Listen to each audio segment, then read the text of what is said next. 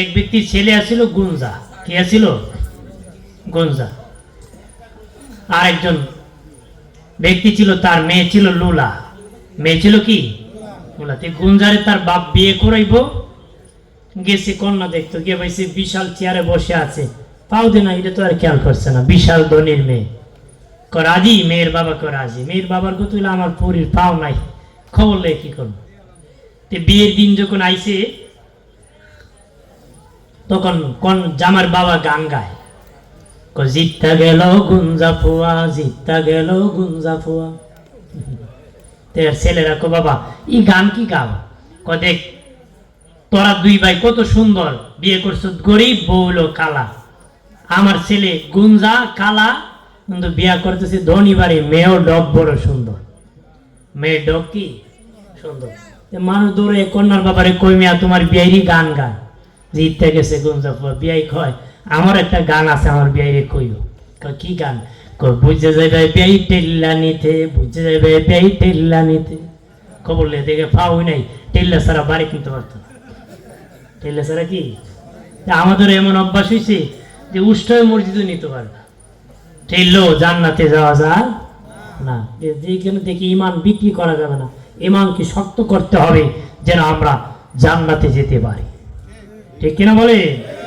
এই জন্য নবীজি বলেছেন, হযরত আবু হুরায়রা রাদিয়াল্লাহু তাআলা আনহুকে বলেন, নবী বলেন, রে বাবা আবু হুরায়রা, ইমানের নৌকা মজবুত করো রে, ইমানের নৌকাকে মজবুত করো। ইমানের নৌকা যদি মজবুত থাকে রে, তোমার মরণের তুফান মোকাবেলা করতে পারবে, কবরে মুনকার নাকির ভয়াবহ রূপের মোকাবেলা করতে পারবে, কবরের চাপের মোকাবেলা করতে পারবে, মিজানের পাল্লায় মোকাবেলা করতে পারবে, ফুলসিরাতের পোলে মোকাবেলা করতে পারবে। দুনিয়ার নৌকা যদি মজবুত থাকে, নদীতে স্রোত যখন বেশি হয়, ঝড় যখন আসে মোকাবেলা করতে পারে।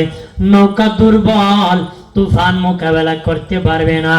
ইমান যদি দুর্বল থাকে বাবা, লোভের মধ্যে টিকে থাকতে পারবে না রে।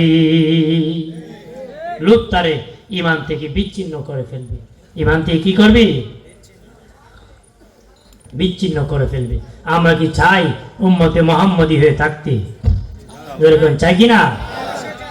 প্রাণের বাবাজি, ও বাবাজি, নবীর উম্মতের খাতা থেকে নাম কাটাবেন না, এমন কথা বলবেন না যে কথা বললে নবীর উম্মতের খাতা থেকে নামটা চলে যায়। নবী বলেন, আমার উম্মত যদি তুই থাকস, উম্মতের খাতায় যদি তোর নাম থাকে, আমি রাসূলুল্লাহ বলতেছি, তুই যদি কবিরা গুনাহগার হস, তোরে সুপারিশ করে জান্নাতে নিয়ে যাব রে। আর তুই যদি আমি উম্মতের খাতায় নাম না থাকি, আমি সুপারিশ করব না রে। এই জন্য ভাবিয়া চিন্তা করিয়া ঘুমাইয়া মনে মনে বলেন, মন তুই এমন কাজ করছত নাকি নবী বেজার হবে, এমন কথা বলছত নাকি নবী গুসা করবি, এমন পথে হারছত নাকি নবী বেজার হবে। ওই পথে চলা যাবে না, ওই রাস্তায় হাঁটা যাবে না।